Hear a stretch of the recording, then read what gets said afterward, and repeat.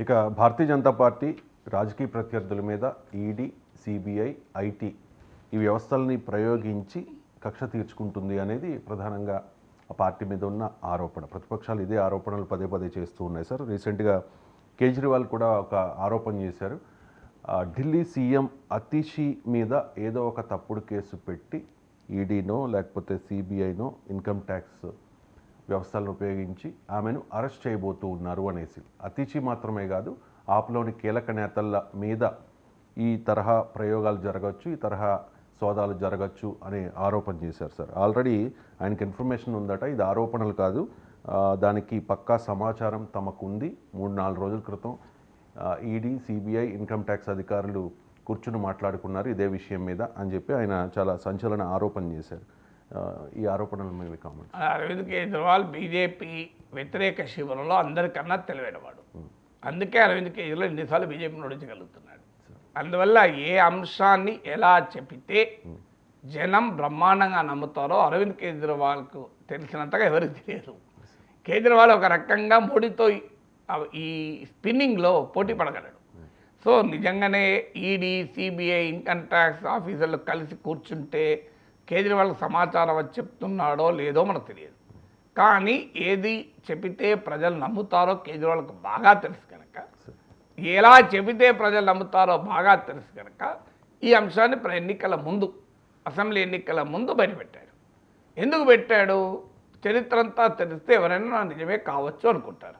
ఎందుకంటే బీజేపీ తన ప్రత్యర్థులపైన ED, CBI, ఐటీలను ప్రయోగించిన చరిత్ర అంతా తెలిసిన తర్వాత ఎవరైనా జనం నిజమే కావచ్చు అనుకుంటారు. దీనిలో అబద్ధం అని అనుకునే అవకాశమే లేదు కదా. అంటే ఒక రకంగా ఈ ఆరోపణ నిజమా కాదా మనకు తెలియదు. కేజ్రీవాల్కు ఉన్న సమాచారం నాగేశ్వర్కి ఎలా ఉంటుంది? సో నేను ఇప్పుడు ఇది కాదు అని అనలేను. ఎందుకు అనలేను? అతిషిని ఎట్టి పరిస్థితుల్లో అరెస్ట్ చేయరు.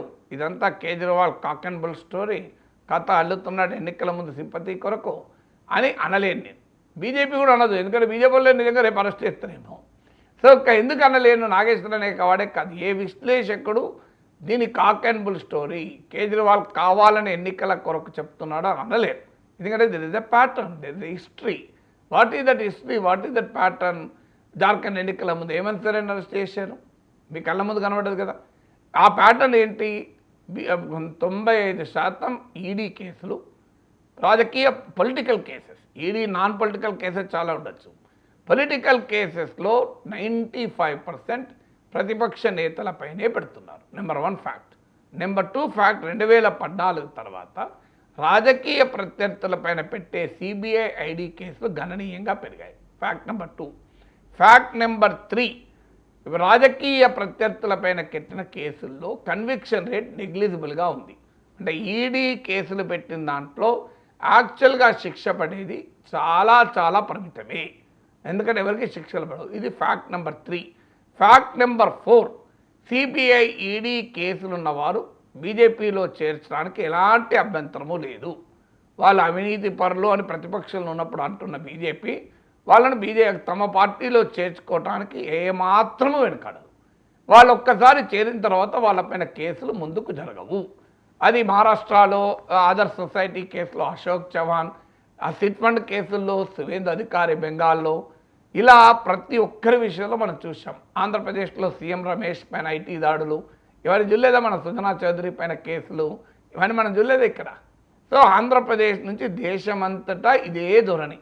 ఎవరి పైన కేసులు ఉంటే వాళ్ళు బీజేపీలో చేరతారు. ఎందుకు చేరతారంటే ఆయనకు రక్షణ ఉంటుంది. ఈటల రాజేందర్ బీఆర్ఎస్లో ఉన్నప్పుడు కేసీఆర్ టార్గెట్ చేసిన తీరు మనం చూసాం. ఆయన పైన కలెక్టరు ఆయన భూముల మీదకి పోయింది చూసాం. ఆయన బీజేపీలో చేరాడు, తర్వాత ఏం కాలే కదా. సో ఇవన్నీ ఇక్కడ కాదు, మీకు దేశమంతటా ఇదే ఉదాహరణలు కదా. సో ఇవన్నీ అంటే ఇది ఫ్యాక్ట్ నెంబర్ 4. ఫ్యాక్ట్ నెంబర్ 5, బీజేపీలో చేరకపోయినా ఎన్డీఏలో చేరిన కేసులు అయిపోతాయి. సో లేదు. ఫ్యాక్ట్ నెంబర్ 6, బీజేపీలో చేరరు, ఎన్డీఏలో చేరరు, కానీ మీరు బీజేపీ ప్రత్యర్థులతో చేతులు కలపరు, అప్పుడు కూడా మీకు ఇమ్యూనిటీ ఉంటుంది. దానికి ఉదాహరణ జగన్మోహన్ రెడ్డి. ఆయన మీద 10 ఏళ్ళైనా సిబిఐ కేసు ఒక్క అడుగు ముందుకేదు, ఈడీ కేసు ఒక్క అడుగు ముందుకేదు. ఇవన్నీ చూసిన తర్వాత ఏమనిపిస్తుందండి? అరవింద్ కేజ్రీవాల్ చెప్పింది తప్పనిపిస్తుందా, ఒప్పనిపిస్తుందా? ఇన్ని చూసాం కదా. ఇప్పుడు మీకు 6 ఫ్యాక్ట్స్ చెప్పారు. ఇందులో ఎవరు డిస్ప్యూట్ చేయలేని ఫ్యాక్ట్స్ ఇవన్నీ ఎంపరికల్ బేస్ ఉన్న ఫ్యాక్ట్స్. ఈ 6 ఫ్యాక్ట్స్ చూసినాక ఏ కామన్ మ్యాన్కైనా అర్థమయ్యేది केजरीवाल में परहैप्स भी ट्रू, वो सही बोल रहा होगा. यही हो रहा ना देश में क्या हो रहा. ఒక ఢిల్లీ ప్రవీధుల్లో ఉన్న 2 ఓటర్లు ఏమని మాట్లాడుకుంటారు. सब ठीक है, ऐसे ही करे ना मोदी जी. यही हो रहा ना देश में, सियासत में क्या हो रहा फिर. तो ऐसे ही हो रहा ना. तो वो केजरीवाल बोले वो सही होगा, अतिश को अंदर डाल देते क्या की అని అనుకోరా. సో ఇదంతా కళ్ళ ముందు జరుగుతున్న వ్యవహారం అన్నాడు. అందుకల్ల Kejriwal is a very intelligent man. ఆయనకు సమాచారం ఉందో లేదో మనకు తెలియదు, సమాచారం ఉండి చెప్తున్నాడా, సమాచారాన్ని సృష్టించి చెప్తున్నాడో తెలియదు.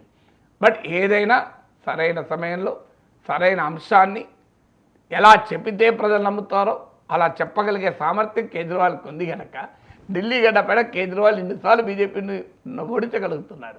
సో అందువల్ల I don't know what Kejriwal said is true or false, but I cannot say it maybe it is 100% false అనేది అనలేదు. ఇది కొట్టి పారేయడానికి మాత్రం అవకాశం లేదు, ఎందుకంటే there is a pattern, there is a history to this.